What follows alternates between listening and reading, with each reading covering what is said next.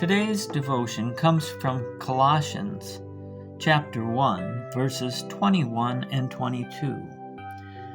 And although you were formerly alienated and hostile in mind, engaged in evil deeds, yet he has now reconciled you in his fleshly body through death, in order to present you before him holy and blameless and beyond reproach.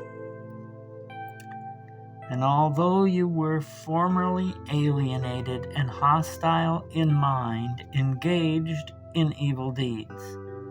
Yes, indeed, we all were hostile in mind and in evil deeds. I remember when my wife invited me to go to a Bible study, I told her I didn't need to go. I thought I knew what all those Bible stories were about. After all, I grew up in the church.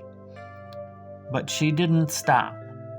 So I finally said I would go once, but then I never wanted to hear about it again.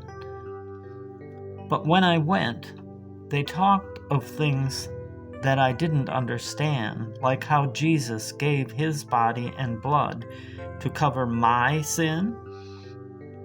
What do you mean? I'm not that bad of a guy.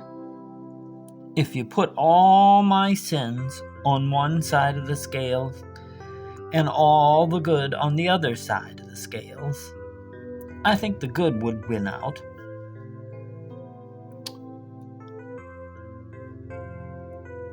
And they said, it just doesn't work that way. Our God is a holy God. He cannot tolerate sin.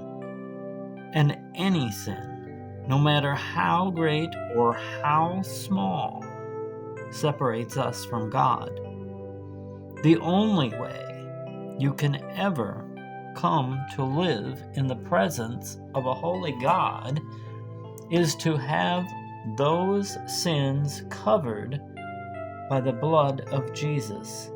He is the perfect sacrifice, the spotless lamb that covers all the sin of every person that has ever lived or ever will live on this earth.